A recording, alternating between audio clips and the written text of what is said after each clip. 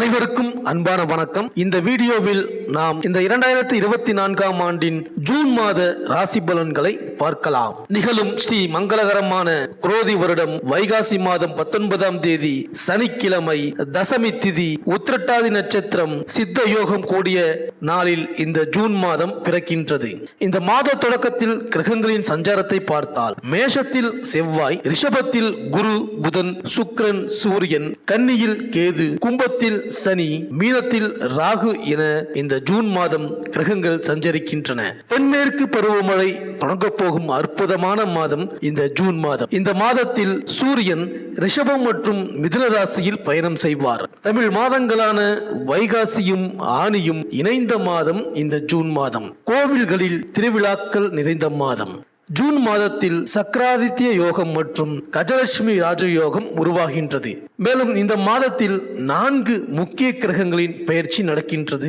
9/6/2024 அன்று புதன் மிதுன ராசிக்கு பெயர்ச்சியாகின்றார். 13/6/2024 அன்று சுக்கிரன் மிதுன ராசிக்கு பெயர்ச்சியாகின்றார். 15/6/2024 அன்று சூரியன் மிதுன ராசிக்கு பெயர்ச்சியாகின்றார். 26/6/2024 அன்று புதன் கடகராசிக்கு பெயர்ச்சியாகின்றார். இந்த கிரகங்களின் சஞ்சாரம் மற்றும் பெயர்ச்சியினால் உங்கள் ராசிக்கு என்னென்ன பலன்கள் கிடைக்கப் போகின்றது, நீங்கள் செய்ய வேண்டிய பரிகாரங்கள் என்ன என்று இந்த வீடியோவில் பார்க்கலாம். புத பகவானை ராசிநாதனாக கொண்ட கன்னியா ராசி அன்பர்களே, இந்த ஜூன் மாத கிரக நிலைகளை ஆராய்ந்து பார்க்கும் பொழுது உங்கள் ராசிக்கு அதிபதியான புதன் மாத தொடக்கத்தில் ரிஷப ராசியில் சஞ்சரிக்கின்றார். உங்கள் ராசிக்கு அதிபதியான புதன் தொழில் ஸ்தானாதிபதியாகவும் இருக்கிறார். அவர் பாக்கியஸ்தானத்தில் சூரியன் மற்றும் குருவோடு இணைவது யோகமான நேரம்தான். தொழில் வெற்றி நடை போடும். தொல்லை தந்தவர்கள் உங்களை விட்டு விலகுவார்கள். வெளிநாட்டில் உள்ள நல்ல நிறுவனங்களில் இருந்து போதிய ஊதியம் தருவதாக சொல்லி அழைப்பார்கள். குடும்ப ஒற்றுமை பலப்படும். உதிரி வருமானங்கள் அதிகரிக்கும். ஆடை ஆபரண சேர்க்கை உண்டு. பஞ்சாயத்துக்கள் சாதகமாக முடியும் நேரம் இது. மேலும் உங்கள் ராசிக்கு 3-8 ஆகிடங்களுக்கு அதிபதியானவர் செவ்வாய். அவர் மாத தொடக்கத்தில் அஷ்டமத்தில் சஞ்சரிப்பது அவ்வளவு நல்லதல்ல. மனக்கவலை பணக்கவலை இரண்டும் தொடரும். சில இழப்புகளை சந்திக்க நேரிடும். யாரையும் நம்பி எதையும் செய்ய முடியவில்லையே என்று கவலைப்படுவீர்கள்.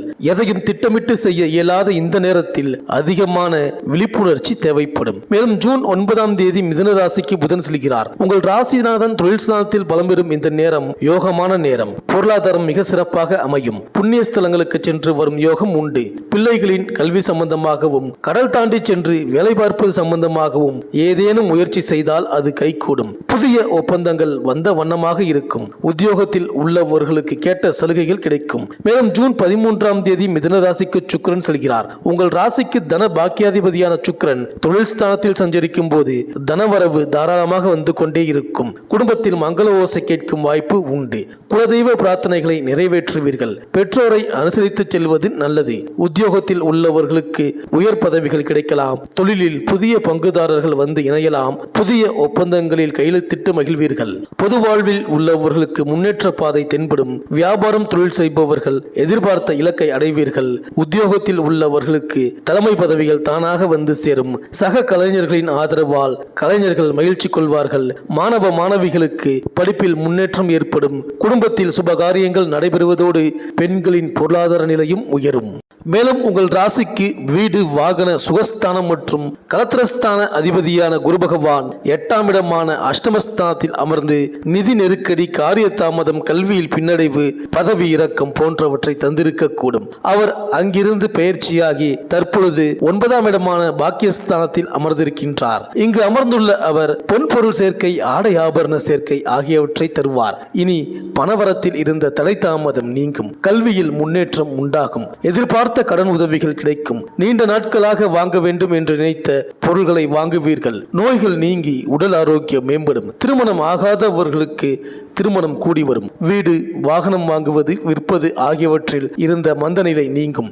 வீடு, வாகனம் மூலம் கூடுதல் வருமானம் கிடைக்கும். வெளிநாட்டு பயணம் செல்ல நீங்கள் எடுக்கும் முயற்சிகளில் சாதகமான பலன் கிடைக்கும். அடுத்தவர்களை அதிகாரம் செய்யும் அளவிற்கு உங்களது செல்வாக்கு உயரும். ஆன்மீக நாட்டம் அதிகரிக்கும். மகான்கள் பெரியோர்களின் தரிசனமும் அவர்களது ஆசிகளும் கிடைக்கும். தந்தையுடன் இருந்த கருத்து வேற்றுமைகள் நீங்கி அவரது ஆதரவை பெறுவீர்கள். காரிய தடை தாமதங்கள் விலகும். சமூகத்தில் உங்களது அந்தஸ்து உயரும். மேலும் உங்கள் உங்கள் ராசியை குரு பகவான் பார்ப்பதால் நோய் நீங்கி ஆரோக்கியம் உண்டாகும், மகிழ்ச்சியான மனநிலை இருக்கும், பிரபலங்கள் சந்திப்பு கிடைப்பதன் மூலம் நன்மை உண்டாகும், சமுதாயத்தில் கௌரவம் அதிகரிக்கும், பிறர் பாராட்டும்படி உங்கள் செயல்திறன் அமையும், சுயமரியாதை அதிகரிக்கும்.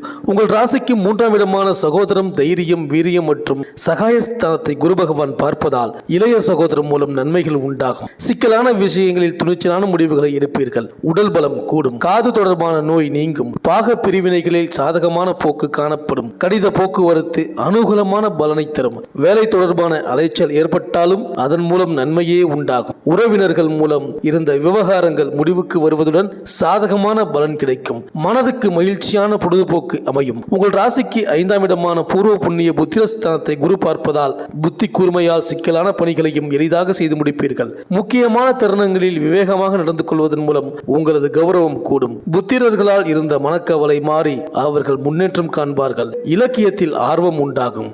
எதிர்காலம் குறித்து திட்டமிடுவீர்கள். பரம்பரை பதவிகள் வந்து சேரும். மேலும் ரிஷபராசியில் சஞ்சரிக்கும் குரு பகவான் சூரியனின் நட்சத்திரமான கார்த்திகை, சந்திரனின் நட்சத்திரமான ரோகிணி, செவ்வாய் நட்சத்திரமான மிருகசீரிஷம் ஆகிய நட்சத்திரங்களில் சஞ்சரிப்பதுடன் சந்திரன் செவ்வாய் நட்சத்திரங்களில் வக்ரம் பெறுகின்றார். குருவிற்கு சூரியன், சந்திரன், செவ்வாய் ஆகிய கிரகங்கள் நட்பு. ஆகையால் ரிஷபராசியில் உள்ள குரு பகவான் நல்ல பலனை தருவார். மேலும் தாயார் வழியில் உதவிகள் கிடைக்கும். சாதுரியமாக பேசுவதன் மூலம் காரிய அனுகூலம் உண்டாகும். எதிர்பாராத செலவுகள் ஏற்படலாம், ஆனால் அவை அத்தியாவசிய செலவாக இருக்கக்கூடும். நீண்ட தூரத்தில் இருந்து வரும் தகவல்கள் மூலம் நன்மைகள் உண்டாகலாம். தொழில், வியாபாரம், உத்தியோகம், புதிய தொழில் தொடங்க நீங்கள் எடுக்கும் முயற்சிகள் சாதகமான பலனை தரும். தேவையான நிதி உதவி கிடைக்கும். தொழில் வியாபாரத்தில் இருந்த சிக்கல்கள் நீங்கி வளர்ச்சி பாதையில் செல்லும். கடன் விவகாரங்கள் கட்டுக்குள் இருக்கும். வாங்கிய கடனை திருப்பி அடைப்பதில் கவனம் செலுத்துவீர்கள். உத்தியோகத்தில் பதவி உயர்வு, ஊதிய உயர்வு, எதிர்பார்த்த சலுகைகள் கிடைக்கும். பொருளாதாரத்தை பொறுத்தவரையில் சொத்துக்கள் வாங்குவதற்கு தேவையான நிதி உதவிகள் கிடைக்கும். வீடு, வாகனம் வாங்க நீங்கள் எடுக்கும் முயற்சிகள் சாதகமான பலனை தரும். செல்வம் சேரும். பொன் பொருட்கள், ஆடை ஆபரண சேர்க்கை உண்டாகும். பொருளாதாரத்தில் இருந்த தேக்க நிலை மாறி முன்னேற்றம் காணப்படும்.